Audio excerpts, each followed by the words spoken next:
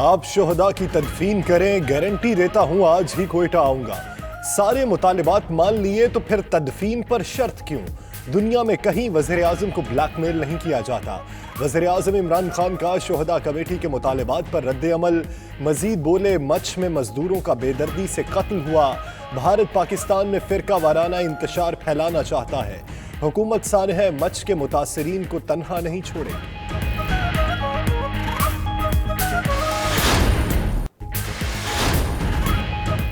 Saint اجلاس میں سانحہ مچھ کی گونج، واقعے کی مذمت، اپوزیشن رہنماؤں کی وزیر اعظم کے کوئٹہ نہ جانے پر تنقید، سیاسی انتقام کا نشانہ بنائے جانے کا بھی الزام، اپوزیشن سانحہ مچھ پر سیاست کر رہی ہے، حکومتی سینیٹرز کا رد عمل، شہزاد وسیم بولے نادانی میں کچھ دوست دہشت گردوں کو سپورٹ کر رہے ہیں، اداروں کے خلاف جو بھی ہوگا اسے عوام مسترد کر دیں گے۔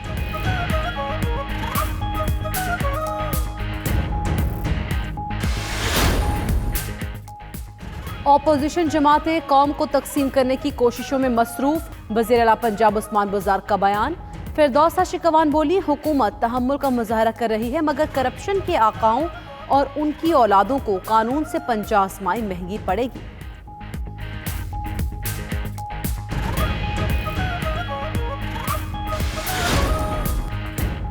Army chief general Qamar Javed Bajwa کا دورہ بحرین، ولی عہد شہزادہ سلمان بن حماد، وزیر اعظم اور سپریم کمانڈر سمیت اعلیٰ حکام سے ملاقاتیں، باہمی تعلقات کو مزید وسعت دینے کے عزم کا اعادہ۔ ISPR کے مطابق آرمی چیف نے مشترکہ فوجی مشقوں کا معائنہ بھی کیا۔ جنرل قمر جاوید باجوہ کا 2 طرفہ دفاعی تعاون کے فروغ پر بحرین کا اعلیٰ ترین اعزاز بحرین آرڈر سے نوازا گیا۔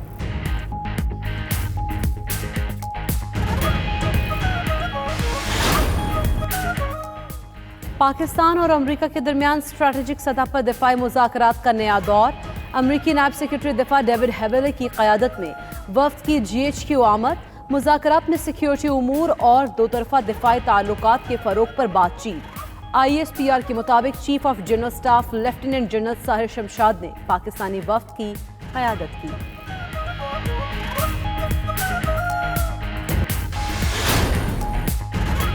Firdous Shamim Naqvi opposition leader Sindh assembly کے عہدے سے مستعفی، استعفیٰ پارٹی قیادت کو ارسال کر دیا، ذمہ داری حلیم عادل شیخ کو تفویض کیے جانے کا امکان، ذرائع کے مطابق فردوس شمیم نقوی کو وزیر اعظم کا فوکل پرسن سندھ بنایا جائے گا۔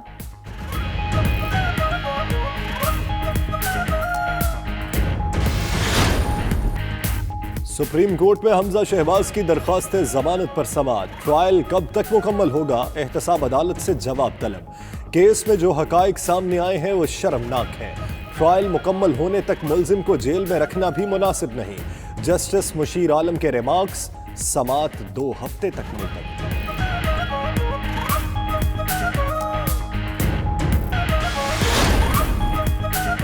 ملک کی معیشت کی بہتری کے لیے حکومت کا ایک اور احسن اقدام، وزیر اعظم عمران خان نے اسپیشل اکنامک زونز اتھارٹی کا باضابطہ افتتاح کر دیا۔ اسلام آباد، لاہور اور کراچی سمیت 5 بڑے شہروں میں اسپیشل ٹیکنالوجی زونز قائم کیے جائیں گے۔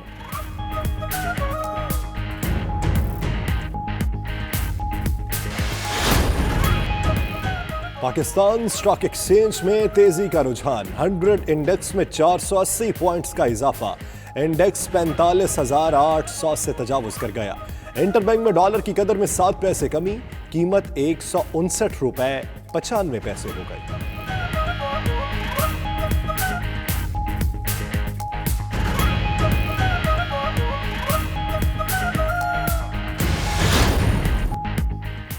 %6 کمیشن دو، میرٹ سے ہٹ کر پیسے لو، بلدیہ عظمیٰ کراچی میں کرپشن کا نیا انداز، 6% کمیشن کے عوض ٹھیکیداروں کو کروڑوں روپے ادائیگیاں کی گئیں۔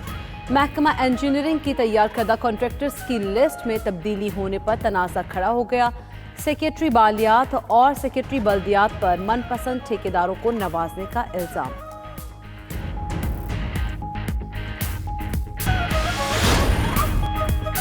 ملک میں گیس کا شدید بحران برقرار، گھروں میں چولہے ٹھنڈے پڑ گئے، گھریلو خواتین لکڑیاں جلانے اور LPG استعمال کرنے پر مجبور، صنعتی سیکٹر میں گیس پریشر گرنے سے پیداواری عمل متاثر، پیپلز پارٹی نے گیس بحران کے معاملے کی تحقیقات کا مطالبہ کر دیا۔